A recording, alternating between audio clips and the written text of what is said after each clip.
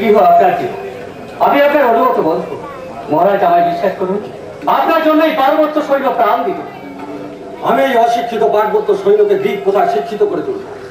এই পার্বত্য সাহস বিজ্ঞানের কারখানায় গলিয়ে পিটিয়ে এমন করে গড়ে তুলব, ভগত্ব ছাড় সমগ্র ভারতবর্ষ তার কাছে মাথা হেট করতে পারে।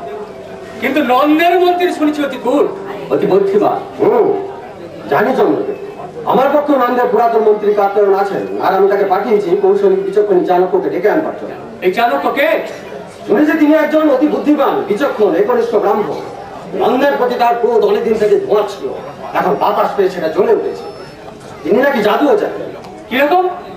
তিনি শুনেছি বাতাসের সঙ্গে কথা কন, অগ্নির সঙ্গে মন্ত্রণা করেন, তার ক্রুদ্ধ দৃষ্টিতে তৃণ জলে ভস্ম হয়ে যায়। তিনি একাকী থাকেন, বন্ধু বলতে জগতে তার কেউ নেই। এরকম লোক কিন্তু খুব ভয়ানক। হ্যাঁ, এইরকম ভয়ানক লোকই আমার চাই চলে। তোমার উপর আমি নির্ভর করতে পারি। মহারাজ, আমি যখন আপনাকে একবার নবাগতের ন্যায্য মহারাজ বলে রেখেছি, যখন ভাই বলে আলিঙ্গন করেছি, তখন মহারাজ এই রাজভক্ত চন্দ্রকেতু চিরদিন আপনার জন্য প্রাণ দিতে প্রস্তুত চাঁদের।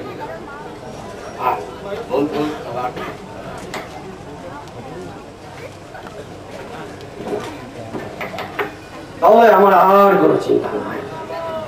চন্দ্রগুপ্ত, আর একবার চিন্তা করে দেখো। আমি অন্যায় প্রতিশোধ নিতে বেরিয়েছি, আগুন জ্বালিয়েছি। তোমার অপমান আজ তাকে আহুতি দিল। কখনো স্নেহের জোর বলে ভাই নন্দকে আমি ক্ষমা করতে চেয়েছিলাম, কিন্তু আজ থেকে সে চিন্তা মন থেকে নির্বাসিত করলাম না। আমার শেষ স্নেহাশ্রু বিন্দু তোমার জন্য অগ্নিস্ফুলিঙ্গে পরিণত হোক মা। যখন নন্দ আমার সূত্রাণী মা বলে সম্বোধন করলো, তখন আমার মনে হলো বৎস, সেই অগ্নি লেলিহান শিখার মধ্যে আমি দাঁড়িয়ে আছি।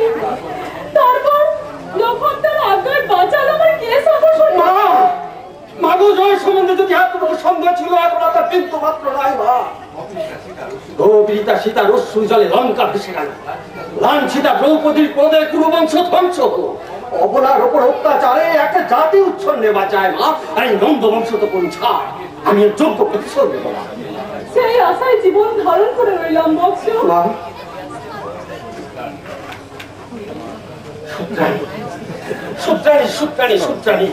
শূদ্র কি মানুষ নয়?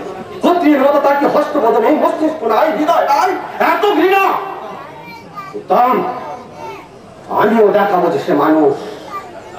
সেকেন্দার শাহ, তোমার ভবিষ্যৎবাণী লক্ষ্য করা আমার জীবনের চরম সফল হোক।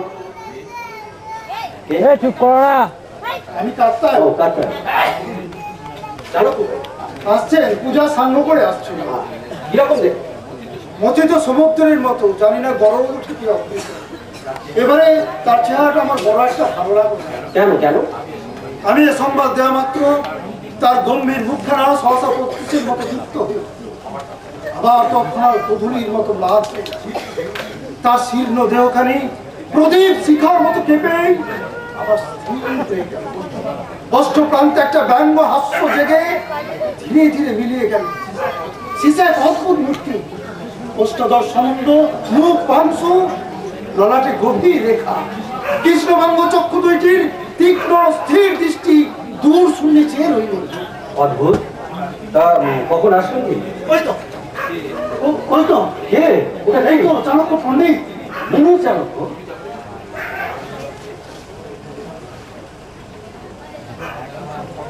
তুমি চন্দ্রগুপ্ত? আপনার দাস। তুমি পারবে? যদি আপনার দীপা। আমি কি? তুমি একাই পারবে। আমি দিন ব্রাহ্মণ, প্রতিদিন দিন ব্রাহ্মণ। আর ব্রাহ্মণের কোনো দিন খেয়ে তার সাথে সবল ধ্বংস ভস্য অত দূরে থাকুক, দ্বীপ পর্যন্ত চলে না। তার পরিবার ভিক্ষুকের চিহ্ন, তাকে গোত্রে অনায়াসে হাত করে চলে যায়। মাঝে মাঝে সমুদ্রের তরঙ্গ তুলে খেয়ে আসি, কিন্তু কিন্তু তীরে বাধাতে গভীর হতস্থ হবার কোন শক্তি নাই, কোন সে কি? শুনেছি চাণক্য পণ্ডিত, বিচক্ষণ, বিদ্যান, পুর। ঠিকই শুনেছি, কেবল একটা খবর শোনো নাই যে তার হৃদয় না। আমার মেরুদণ্ড ভেঙে দিয়েছে। এ বক্ষ হাত দিয়ে রাখো। কি দেখছো? রক্তস্রোত বলছে। বিশেষ রক্তস্রাব। এদিকে রক্ত না, এই মহান প্রবাহ রক্ত যা ছিল সব জমাট পেতে গিয়েছে। গুরুদেব, গুরুদেব, আমি সব শুনেছি গুরুদেব। আপনি শুধু আমায় আজ্ঞা দিন, আপনি শুধু আমায় আশীর্বাদ করুন, আপনি শুধু আমায় বলুন যাও চন্দ্রগুপ্ত অগ্রসর হও। আর কিচ্ছু চাই না গুরুদেব, আমি সব পারবেন। পারবো গুরুদেব, পারবো। সেকেন্দার স্যার ভবিষ্যৎবাণী যে আমি দিগ্বিজয় বীর হব, আর সেই আশ্বাস বাণী নিত্যায় জাগরণে আমার কর্ণে এখনো বাজছে। আমি পারবো। শুধু শুধু আপনি আমার এই মহাযজ্ঞের পুরোহিত হন, আপনি আমার এই পথে দীক্ষা দিন। তুমি কি অজ্ঞ করো প্রাণেশ্বরী? তোমার আপনার শপথ করে চন্দ্রগুপ্ত, এই ব্রাহ্মণের আদেশ তুমি সর্বদা অক্ষরে অক্ষরে পালন করবে। আপনি আপনি আমায় দীক্ষা দিন গুরুদেব। হ্যাঁ হ্যাঁ হ্যাঁ, তুমি বলবে। তোমার মুখ, তোমার দৃষ্টি, তোমার ভঙ্গিমা সমস্ত বলছে তুমি পারবে। হ্যাঁ হ্যাঁ, আমি তোমার দীক্ষা দিব। তোমাকে আমি অবদেশ সিংহাসনে বসাবো, তোমাকে আমি ভারতের অধীশ্বর করবো। তবে ইন্ধন প্রস্তুত করে চন্দ্রগুপ্ত, আমি তাকে ব্রহ্মতে যে উজ্জ্বলিত করবো। সে অগ্নি দাবানলের ন্যায় ব্যক্ত হবে, সমস্ত ভারতবর্ষ একেবারে জ্বলে উঠবে। চন্দ্রগুপ্ত, চন্দ্রগুপ্ত, উঠে চাও দেখি। কি দেখছো? আকাশ কি বর্ণ? মাংস রক্ত বর্ণ। কি বুঝছো? ঝড় উঠবে। ঠিক ঝড় উঠবে। আর সম্মুখ ভবিষ্যতের দিকে চেয়ে দেখো, কিছু দেখতে পাচ্ছ না? না, বন্ধ। সেখানেও একটা ঝড় উঠবে। এই কপিলের অভিশাপ নয়, পরশুরামের শৌর্য নয়, বিশ্বামিত্রের তপবন নয়, বামনের ছলনা নয়।